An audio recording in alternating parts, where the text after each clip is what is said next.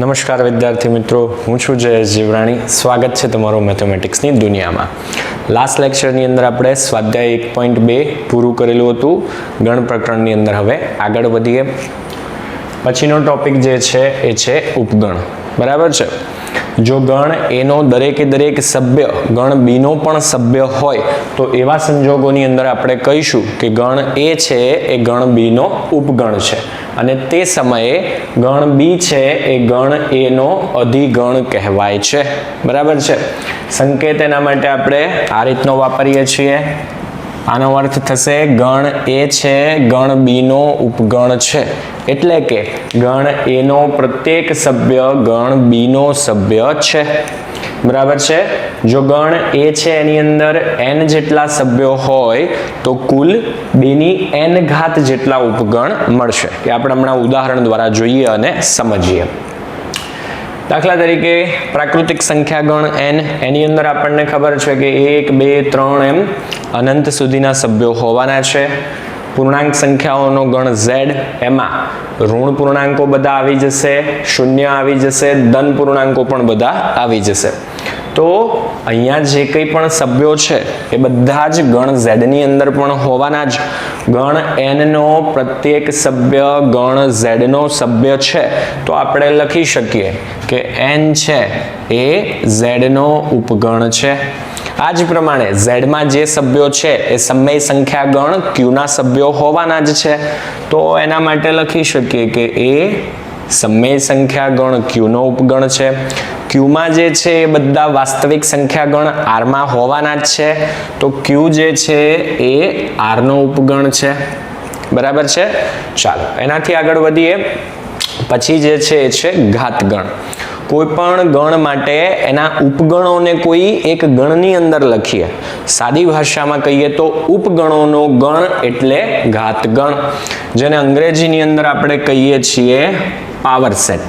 એટલે સંકેત જે છે એ પાવર સેટ પરથી લીધેલો છે, p of a. p of a નો અર્થ થશે ગણ એનો ઘાત ગણ. બરાબર છે. ઉદાહરણ દ્વારા સમજીએ. ધારો કે ગણ એ છે એની અંદર બે સભ્યો છે, 1 અને 2. આના માટે મારે ઉપગણો લખવા છે. આપણને ખબર છે કે ખાલી ગણ છે, બરાબર છે, એ દરેક ગણનો ઉપગણ છે.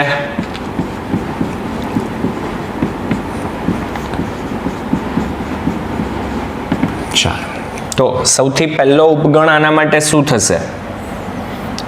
ખાલી ગણ. પછી એક એક સભ્ય લઈએ તો ગણની અંદર 1, ગણની અંદર 2 અને છેલ્લે 1 અને 2 એક સાથે. આ ઉપગણો મેં લખ્યા. બરાબર છે. તો અહીંયા જોઈએ તો કુલ 4 જેટલા ઉપગણો મને મળ્યા. સભ્યોની સંખ્યા છે 2 જેટલી. 2 ને જો આપણે અહીંયા મૂકીએ તો 2 નો વર્ગ એટલે કે 4 જેટલા ઉપગણ આપણને અહીંયા મળે છે. અને જો ઉપગણોનો હું એક ગણ બનાવી દઉં, એટલે કે આ બધાને હું એક ગણની અંદર લખી દઉં, તો આ જે છે આ શું કહેવાશે? ઘાત ગણ.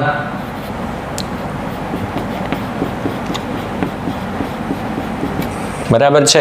એ જ પ્રમાણે ધારો કે ગણ બી જે છે એની અંદર સભ્યો મને આપેલા છે a, b અને c. 3 સભ્યો આપેલા છે. તો આના માટે જો મારે ઘાત ગણ લખવો હોય તો મારે શું કરવું પડશે? બધા જ ઉપગણો લખવા પડશે. ક્યાં? એક ગણની અંદર. સૌથી પહેલો ઉપગણ ખાલી ગણ. નહીં તો ચાલો હાલ પહેલા આપણે ઉપગણો જે પણ છે એમની યાદી બનાવી દઈએ. પછી ગણની અંદર એક એક સભ્ય લઈએ તો a, b, c. બબ્બે સભ્યોની જોડ લઈએ તો a અને b, a અને c, b અને c અને છેલ્લે a, b, c. બધા ઉપગણો લખી દીધા. એમનો એક ગણ બનાવી દઉં એટલે કે આ તમામ સભ્યોને હું એક ગણની અંદર લખી દઉં તો એ મારા માટે થઈ જશે ઘાત ગણ. બરાબર છે. અહીંયા પણ જોઈએ તો 3 સભ્યો છે. 3 અહીંયા મૂકીએ તો 2 નો ઘન એ થશે 8. તો અહીંયા જોઈએ તો 8 જેટલા ઉપગણ મળે છે. તો ઘાતગણની અંદર સભ્યોની સંખ્યા કેટલી હશે? જેટલા ઉપગણો હશે તેટલા. અને આપણને ખબર છે કે ઉપગણોની સંખ્યા કેટલી? 2n, 2 ની n ઘાત જેટલી. તો ઘાતગણની અંદર સભ્યોની સંખ્યા કેટલી? ઉપગણની સંખ્યા જેટલી, એટલે કે 2n જેટલી. જેને મારે સંકેતમાં લખવું હોય, n જે છે એ શું દર્શાવે છે? સભ્યોની સંખ્યા. હું આ રીતે લખું છું તો આ દર્શાવે છે ગણ A ના સભ્યોની સંખ્યા. હું આ પ્રમાણે લખું છું તો આનો અર્થ થશે ગણ B ના સભ્યોની સંખ્યા. તો એ જ પ્રમાણે આને વાંચવું હોય તો શું વંચાશે? ઘાત ગણના સભ્યોની સંખ્યા. ગણ A ના ઘાત ગણના સભ્યોની સંખ્યા. તો ઘાત ગણની અંદર સભ્યો કેટલા? ઉપગણ જેટલા, એટલે કે 2n જેટલા.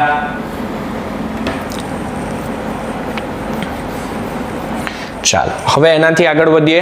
ખૂબ જ ધ્યાન આપવા જેવો ટોપિક. જેટલા પણ ઉપગણ છે, બરાબર છે, એમાંથી આપેલ ગણ પોતે, એને આપણે કહીએ છીએ અનુચિત ઉપગણ. બરાબર છે. આપેલ ગણ પોતે સિવાય બીજા જેટલા પણ ઉપગણ છે એને આપણે કહીએ છીએ ઉચિત ઉપગણ.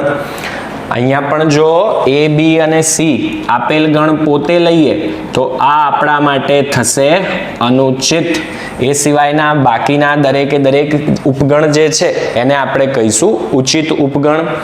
સારા શબ્દોમાં કહેવું હોય તો દરેકે દરેક ઉપગણમાંથી આપેલ ગણ પોતે દૂર કરી દઈએ, બાકી જે કંઈ પણ બચે છે એ આપણા માટે શું કહેવાશે? ઉચિત ઉપગણ. બરાબર છે. અને આપેલ ગણ પોતે એને આપણે કહીશું અનુચિત ઉપગણ. વ્યાખ્યા લખવી હોય તો ગણ A અને ગણ B માટે A છે એ B નો ઉપગણ હોય અને બંને સરખા ન હોય તો એ સંજોગોમાં આપણે એને શું કહીએ છીએ? ઉચિત ઉપગણ. અને સરખા એટલે કે આ પોતે ગણ લઈએ છીએ તો એ કહેવાશે અનુચિત ઉપગણ. દરેકે દરેક ગણને હંમેશા એક જ અનુચિત ઉપગણ મળે. કયો? આપેલ ગણ પોતે. આગળ વધીએ, થોડાક ઉદાહરણ જોઈએ એટલે ખ્યાલ આવે. ચાલો આપણે ચર્ચા કરી કે દરેકે દરેક ગણની અંદર જો n સભ્યો હોય તો ઉપગણ કુલ કેટલા? 2 ની n ઘાત જેટલા. એમાંથી અનુચિત ઉપગણ કેટલા? 1. આપેલ ગણ પોતે. તો બાકી કેટલા બચ્યા? કુલ 2n હતા, બરાબર છે. 2 ની n ઘાત જેટલા હતા, એમાંથી 1 દૂર કરી દઈએ તો ઉચિત ઉપગણોની સંખ્યા કેટલી થશે? 2n-1 જેટલી. બરાબર છે. તો MCQ માટે ખૂબ જ અગત્યનું, કોઈ પણ ગણ માટે કુલ ઉપગણો છે 2 ની n ઘાત જેટલા. એમાંથી આપેલ ગણ પોતે એ થશે અનુચિત ઉપગણ. બાકી બચેલા દરેકે દરેક ઉપગણ એને આપણે કહીએ છીએ ઉચિત ઉપગણ, જેમની સંખ્યા કેટલી? કુલ છે એમાંથી 1 દૂર કરી દઈએ. એક ઉદાહરણ દ્વારા સમજીએ કે જેથી વધારે સારી રીતે ખ્યાલ આવે. ગણ A છે એમાં સભ્યો આપેલા છે 1, 3 અને 5. આમાં મારે ઉચિત ઉપગણો લખવા છે. તો પહેલા કુલ ઉપગણો લખવા બેસીએ તો 3 સભ્યો છે એટલે કે 2 નો ઘન એટલે કે 8. સૌથી પહેલા ખાલી ગણ, એક એક સભ્ય લઈએ. ચાલો 2 સભ્યોની જોડ લઈએ તો 1, 3, 1, 5 અને 3, 5. 3 એ 3 લઈ લઈએ. હાલ હું તમામે તમામ ઉપગણો લખી દઉં છું. વ્યાખ્યામાં શું કીધેલું છે? આપેલ ગણ પોતે એને આપણે શું લઈએ છીએ? અનુચિત ઉપગણ. તો હાલ મારા માટે આ શું થઈ જશે? અનુચિત ઉપગણ. બાકી જે કંઈ પણ છે આ સિવાયના એટલે કે આ તમામે તમામ એ શું થઈ જશે? ઉચિત ઉપગણ. બરાબર છે. હાલ આપણને શું લખવાનું કીધેલું છે? ઉચિત ઉપગણની યાદી આપણે બનાવવી છે. તો ઉચિત ઉપગણ લખવા છે એટલા માટે અનુચિત ઉપગણને આપણે દૂર કરી દઈએ. કુલ સભ્ય કેટલા હતા? 3. જો એને અહીંયા મૂકીએ તો 2 નો ઘન 8, 8 - 1 7. તો અહીંયા જોઈએ તો કુલ 7 જેટલા ઉચિત ઉપગણ આપણને મળ્યા. બરાબર છે. ઉચિત ઉપગણ અને અનુચિત ઉપગણમાં ફરક સમજાય છે. આપેલ ગણ પોતે છે એને આપણે અનુચિત ઉપગણ ગણીએ છીએ. એટલે દરેક ગણને એક જ અનુચિત ઉપગણ મળશે. કયો? આપેલ ગણ પોતે. અહીંયા એક ખૂબ જ અગત્યનો મુદ્દો જેની આપણે નોંધ કરીશું ઘણી વખત વિદ્યાર્થીઓને બિલોંગ્સ ટુ અને ઉપગણની અંદર કન્ફ્યુઝન થતી હોય છે, બરાબર છે. તો બિલોંગ્સ ટુ અને ઉપગણ બંનેની અંદર ફરક છે. સભ્ય હોય તો એને આપણે લખીએ છીએ બિલોંગ્સ ટુ, બરાબર છે. ચાલો ઉદાહરણ દ્વારા સમજીએ એટલે જરા વધારે સારી રીતે ખ્યાલ આવે. એ છે એ મને આપેલું છે ધારો કે ગણની અંદર 1, બરાબર છે. તો એક ગણ એનો સભ્ય છે એટલે હું લખી શકીશ કે 1 જે છે એ ગણ એનો સભ્ય છે, 1 બિલોંગ્સ ટુ એ. પણ 1 છે એ ગણ નથી તો એને હું ગણ એનો ઉપગણ કહી શકીશ નહીં, બરાબર છે. ફરક સમજો. એક સભ્ય તરીકે છે એટલે મારે એને લખવું પડે 1 બિલોંગ્સ ટુ એ. ઉપગણ નથી, બરાબર છે. આ ગણ એમાં કઈ ગણ જેવું જ નથી, બરાબર છે. આ ગણના દરેક સભ્ય ગણ એમાં આવી જતા હોય તો આપણે ઉપગણ લખી શકીએ, પણ આ ગણ જ નથી. ગણ હોય તો આપણે ઉપગણ છે કે નહીં એનો વિચાર કરવો પડે, બરાબર છે. બી જે છે એ ધારો કે મને આ રીતે આપેલું છે, એમાં સભ્ય શું છે? ગણની અંદર 1, 2 અને 3, બરાબર છે. તો અહીંયા 1 બિલોંગ્સ ટુ બી લખી શકાશે નહીં, કારણ કે ગણની અંદર 1 છે એ ગણ બીનો સભ્ય છે. 1 અને ગણની અંદર 1 આ બંને સરખા નથી, બરાબર છે.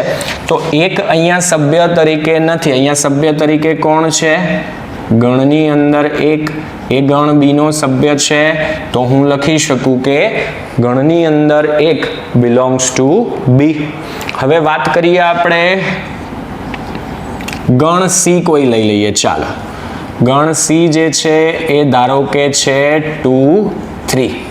તો ગણ સી ના સભ્યો 2 અને 3 અહીંયા છે, તો આપણે લખી શકીશું કે ગણ સી જે છે એ ગણ બી નો ઉપગણ છે, બરાબર છે.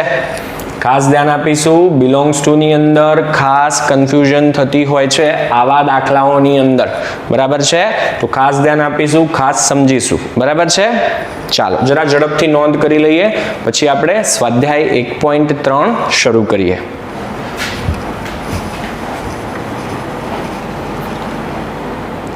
અત્યારે આપણે જે કન્સેપ્ટની ચર્ચા કરી એના આધારે થોડા દાખલાઓ ગણીએ કે જેથી કન્સેપ્ટ જે છે એ વધારે ક્લિયર થાય. સ્વાધ્યાય 1.3ની શરૂઆત કરીએ. પ્રશ્ન 1ની અંદર આપણને ખાલી જગ્યા પૂરવાનું કીધેલું છે. ખાલી જગ્યાની અંદર આપણે ઉપગણ છે કે ઉપગણ નથી એટલું દર્શાવવાનું છે. ડાબી બાજુ આપેલો છે એ ગણનો દરેકે દરેક સભ્ય જમણી બાજુ આપેલા ગણનો સભ્ય હોય તો એ સંજોગોની અંદર ઉપગણ છે, અન્યથા ઉપગણ નથી. ચાલો સૌથી પહેલા ડાબી બાજુ આપેલા છે 2, 3, 4, જમણી બાજુ છે 1 થી 5. 2, 3, 4 અહીંયા સભ્ય તરીકે છે. આ ગણનો દરેકે દરેક સભ્ય આ ગણનો સભ્ય છે, તો આપણે કહી શકીએ કે ઉપગણ છે. આ ગણ એ આ ગણનો ઉપગણ છે. A, B, C અહીંયા છે B, C, D. અહીંયા ધ્યાનથી જોઈએ તો B અને C તો સભ્ય તરીકે છે, પણ એ આ ગણનો સભ્ય નથી. દરેકે દરેક સભ્ય અહીંયા હોય તો અને તો જ આપણે ઉપગણ છે એવું લખી શકીએ. તો હાલ આપણે લખી દઈએ કે ઉપગણ નથી. ચાલો પછી આપણને કીધેલું છે કે X જે છે એ તમારી શાળાનો ધોરણ 11 નો વિદ્યાર્થી છે. એટલે આપણી સ્કૂલની અંદર 11મા ધોરણની અંદર ભણતા વિદ્યાર્થીઓ જે છે એમનો ગણ, બરાબર છે. ચાલો પછી કીધેલું છે કે X એ તમારી શાળાનો વિદ્યાર્થી છે. હવે બે ગણ છે મારી પાસે. એક ગણમાં છે માત્ર 11માના વિદ્યાર્થીઓ, એક ગણની અંદર છે શાળાના તમામ વિદ્યાર્થી. હવે 11માનો વિદ્યાર્થી છે, શાળાનો વિદ્યાર્થી તો હોવાનો જ, તો 11મા ધોરણના વિદ્યાર્થી શાળાના વિદ્યાર્થી કહેવાશે જ. તો આ ગણની અંદર રહેલા તમામે તમામ વિદ્યાર્થીઓ આ ગણની અંદર હોવાના જ છે. 11મામાં હોય એ સ્કૂલમાં તો હોય જ, તો આપણે કહી શકીએ કે ઉપગણ છે. ચાલો પછી આપણને કીધેલું છે કે ગણ જે છે એમાં સમતલની અંદર આવેલ વર્તુળોનો ગણ છે. બીજી વખત કીધેલું છે કે બીજો ગણ છે આ જ સમતલમાં પણ એક ત્રિજ્યા વાળું વર્તુળ છે. તો અહીંયા કોઈ ત્રિજ્યા આપેલી નથી એટલે ત્યાં ગમે તેટલી ત્રિજ્યા વાળું વર્તુળ હોઈ શકે, પણ આ ગણની અંદર તો માત્ર ને માત્ર એક ત્રિજ્યા વાળું જ વર્તુળ મારે લેવાનું છે. તો અહીંયા જે કંઈ પણ વર્તુળ છે એ બધા અહીંયા હોવાના નથી, કારણ કે અહીંયા ત્રિજ્યા સ્પેસિફાઈ નથી કરેલી કે એક વર્તુળની ત્રિજ્યા 1 એકમ જેટલી હોવી જોઈએ એવું નથી. 2, 4, 5, 10, 50 ગમે તેટલા એકમ જેટલી ત્રિજ્યા હું લઈ શકું, પણ અહીંયા દરેકે દરેક ત્રિજ્યા વાળા વર્તુળ હોવાના નથી. અહીંયા આપેલ ગણની અંદર આવતા સભ્યો આ ગણની અંદર હોય એવું જરૂરી નથી અને એટલા માટે જ ઉપગણ નથી. બરાબર છે. તમે જોયું ને તો સળંગ લાઈનની અંદર જ લખી દેજો. બરાબર છે. ચાલો પછી કીધેલું છે કે x એ સમતલની અંદર ત્રિકોણ છે એટલે સમતલમાં આવતા બધા જ ત્રિકોણોનો ગણ આપણે લઈ લઈએ. બીજો ગણ જે છે એ છે લંબચોરસ. ત્રિકોણને આપણે લંબચોરસ કહી શકીએ નહીં, બંને ગણ જુદા જુદા છે. એક પણ સભ્ય ક્યાંય કોઈ જગ્યાએ સામાન્ય મળવાનો નથી અને એટલા માટે ઉપગણ નથી. પછી કીધેલું છે કે x છે એ સમતલમાં આવેલા સમબાજુ ત્રિકોણોનો ગણ છે એટલે પહેલા ગણની અંદર બધા સમબાજુ ત્રિકોણો જ હશે, 3 બાજુઓના માપ સરખા. બરાબર છે. ચાલો બીજો ગણ જે છે એમાં કીધેલું છે કે આ જ સમતલમાં આવેલ ત્રિકોણનો ગણ છે. તો આમાં દરેકે દરેક પ્રકારના ત્રિકોણ આવી ગયા. સમબાજુ, બરાબર છે, સમદ્વિબાજુ, કાટકોણ, વિષમબાજુ, લઘુકોણ, ગુરુકોણ, કાટકોણ. બરાબર છે. તો સમબાજુ ત્રિકોણ છે એ આમાં સભ્ય તરીકે હોવાના જ છે. સમબાજુ ત્રિકોણ હોય તો એ ત્રિકોણ હોય જ. તો આ ગણનો દરેકે દરેક સભ્ય અહીંયા છે તો આપણે કહી શકીશું કે ઉપગણ છે. પછી કીધેલું છે કે x જે છે યુગ્મ પ્રાકૃતિક સંખ્યા છે, 2, 4, 6, 8, 10 એમ અનંત સુધી. પછી કીધેલું છે કે x એ પૂર્ણાંક સંખ્યા છે. યુગ્મ પ્રાકૃતિક સંખ્યા હોય તો પૂર્ણાંક સંખ્યા હોય જ. બરાબર છે. આ ગણમાં આવતા દરેકે દરેક સભ્ય આ ગણની અંદર હાજર છે જ, તો આપણે કહી શકીએ કે ઉપગણ છે. લખીને પણ સમજી શકાય કે પહેલા ગણ છે એની અંદર 2, 4, 6, 8 અનંત સુધી જાય છે. બીજા ગણની અંદર બધા પૂર્ણાંકો -1, -2, 0, 1, 2, 3 અનંત સુધી જાય છે. આ ગણમાં જે સભ્યો આવે છે આમાં આગળ જતા આવવાના જ છે. 4 પણ અહીંયા હોવાના જ છે. 6, 8, 10 બધા ગણ Z ની અંદર હોવાના જ છે. તો આ ગણના દરેકે દરેક સભ્ય અહીંયા હાજર છે એટલે ઉપગણ કહેવાશે. બરાબર છે. એકદમ સહેલો દાખલો છે. પ્રશ્ન 2 ની અંદર આપણે નક્કી કરવાનું છે કે આપેલા વિધાનો ખરા છે કે ખોટા. બરાબર છે. ચાલો સૌથી પહેલા વિધાનમાં કીધેલું છે કે AB અને આ બાજુ છે ABC.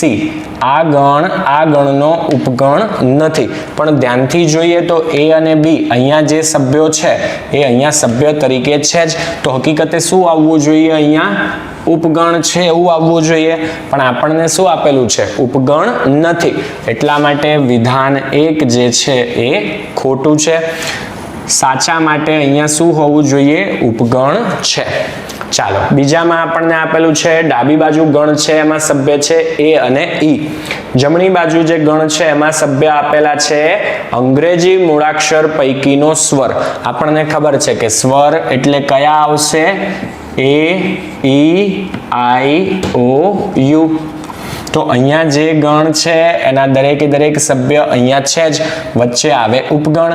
ઉપગણ જ આપેલું છે એટલે વિધાન 2 જે છે એ સાચું છે. 1, 2 અને 3 જમણી બાજુ છે 1, 3 અને 5 બેનો સમાવેશ જમણી બાજુના ગણમાં થતો નથી.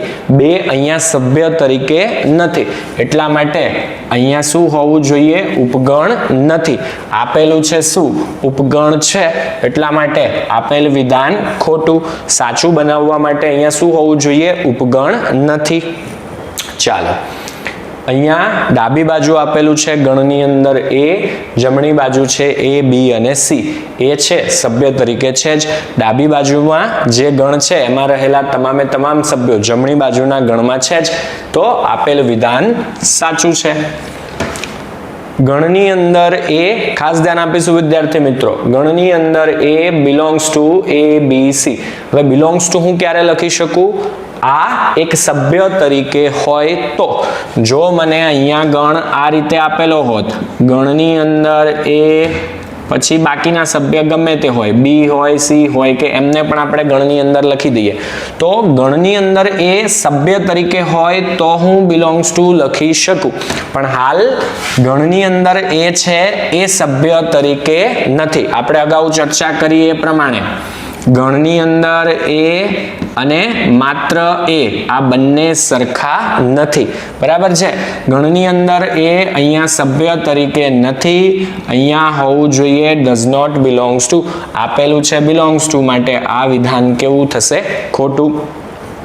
પછી આપણને આપેલું છે કે x એ 6 કરતા નાની યુગ્મ પ્રાકૃતિક સંખ્યા છે. 6 કરતા નાની એવી યુગ્મ પ્રાકૃતિક સંખ્યા એટલે 2, 4. અહીંયા કીધેલું છે કે x જે છે એ 36 નો અવયવ છે અને પ્રાકૃતિક સંખ્યા છે. તો 36 ના અવયવ આપણે પાડીએ. 1 ગુણ્યા 36, 2 ગુણ્યા 18, 3 ગુણ્યા 12, 4 ગુણ્યા 9, 6 ગુણ્યા 6, પછી આના જ મળશે. તો આ બાજુ યાદીની રીતે લખીએ તો 1, 2, 3, 4, 6, 9, 12, 18 અને 36. તો અહીંયા જોઈએ તો 2 અને 4 અહીંયા સભ્ય તરીકે છે જ, તો ઉપગણ છે એવું કહેવાય. આપણને આપેલું પણ એવું જ છે કે આ ગણ છે એ બીજા ગણનો ઉપગણ છે. તો જે વિધાન આપેલું છે એ સાચું છે. બરાબર છે? ખૂબ જ સહેલા દાખલાઓ છે. ચાલો એનાથી આગળ વધીએ. પ્રશ્ન 3. પ્રશ્ન 3 ની અંદર આપણને ગણ એ આપેલો છે. 1, 2 આ એક જ સભ્ય છે. બરાબર છે? ગણની અંદર 3, 4. બરાબર છે? છેલ્લે આપેલા છે 5. તો ગણ એની અંદર ટોટલ 4 સભ્યો. કયા કયા? 1, 2, ગણની અંદર 3 અને 4 એ ત્રીજો સભ્ય, અને છેલ્લે ચોથો સભ્ય છે એ છે 5. બરાબર છે? હવે આપણને કીધેલું છે કે જે વિધાનો આપેલા છે એમાંથી કયા વિધાનો ખોટા છે એ કારણ આપીને સમજાવવાના છે. સાચું છે કે ખોટું એ કારણ આપીને લખવાનું છે. ચાલો પહેલામાં કીધેલું છે કે 3, 4 એ ગણ એનો ઉપગણ છે. તો એવું ક્યારે કહેવાય? આ ગણનો દરેકે દરેક સભ્ય 3 અને 4 ગણ એનો સભ્ય હોવો જોઈએ, પણ 3 અને 4 અલગથી આપેલા નથી. બરાબર છે? 3 ગણ એનો સભ્ય નથી, 4 ગણ એનો સભ્ય નથી, માટે વિધાન કેવું છે? ખોટું છે.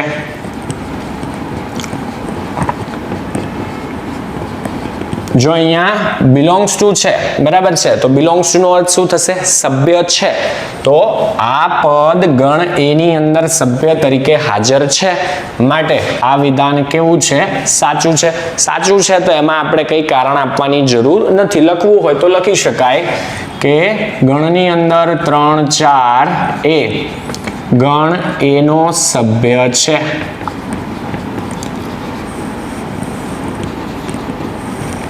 ચાલો પછી કીધેલું છે ગણની અંદર સભ્ય શું છે? 3, 4 એ પાછા ગણની અંદર. બરાબર છે? એ ગણ એનો ઉપગણ છે. ઉપગણ ક્યારે કહેવાય? ગણનો દરેકે દરેક સભ્ય, અત્યારે સભ્ય શું છે? ગણની અંદર 3, 4 એ ગણ એની અંદર હાજર છે જ. બરાબર છે? તો આ વિધાન સાચું છે. ફરીથી સમજીએ. ઉપગણ ક્યારે કહેવાશે? આ ગણનો દરેક સભ્ય, ત્યાં સભ્ય તરીકે હાલ શું છે? એ બીજા ગણની અંદર હોવો જોઈએ. છે જ ગણ એની અંદર. આ ગણનો દરેકે દરેક સભ્ય એટલે કે ગણની અંદર 3, 4 એ ગણ એનો સભ્ય છે, અને માટે જ આપેલ વિધાન સાચું છે. આની જેમ લખવું હોય તો આ જ લખી શકાય. બરાબર છે? કારણ ઉપરની જેમ જ. ચાલો 1 belongs to A. એક છે ગણ એનો સભ્ય છે, વિધાન સાચું. કારણ લખવું હોય તો લખી શકાય. એક એ ગણ એનો સભ્ય છે. એક ગણ એનો ઉપગણ છે. હવે આ તો ગણ જ નથી. ગણ હોય તો ઉપગણ છે કે નહીં એ વસ્તુ લખી શકાય. તો આપેલ વિધાન કેવું છે? ખોટું છે. આમ સિંગલ લખું છું તો એ કોઈ ગણ નથી, તેથી ઉપગણ ન હોઈ શકે.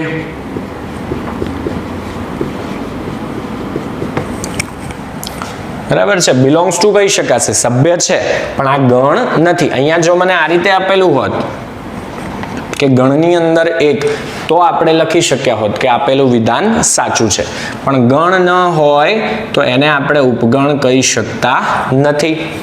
1 2 5 ઉપગણ એ 1 2 અને 5 સભ્ય તરીકે છે જ ગણ એ ની અંદર. 1 belongs to A, 2 belongs to A, 5 belongs to A.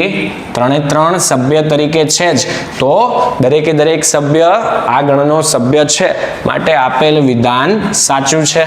બરાબર છે. 1 2 5 belongs to A. ગણની અંદર 1 2 5 સભ્ય તરીકે નથી.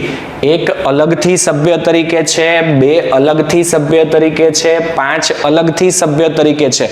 1 2 5 એક ગણની અંદર સભ્ય તરીકે આપેલા નથી.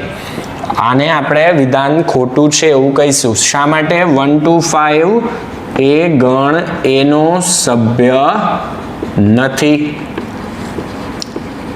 અહીંયા બિલોંગ્સ ટુ અને ઉપગણ જે છે એનો તફાવત આપણને સારી રીતે સમજાઈ જાય છે. 1 2 3 ઉપગણ એ. એક છે ગણ એનો સભ્ય છે, 2 ગણ એનો સભ્ય છે, પરંતુ 3 જે છે ગણ એનો સભ્ય નથી. બરાબર છે. ગણની અંદર આપણને આપેલા છે એટલે આપણે લખી શકીએ નહીં. 3 ગણ એનો સભ્ય નથી, માટે આપેલ વિધાન ખોટું છે.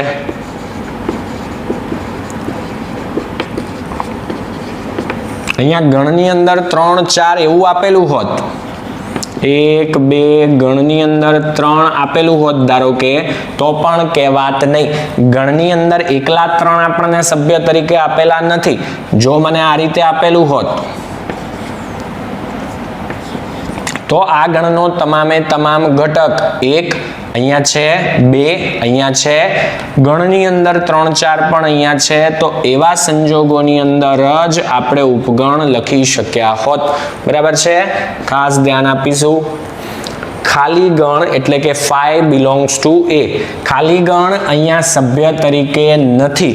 સભ્ય તરીકે નથી એટલે એ વિધાન ખોટું છે. શા માટે? 5 એ ગણ એનો સભ્ય નથી.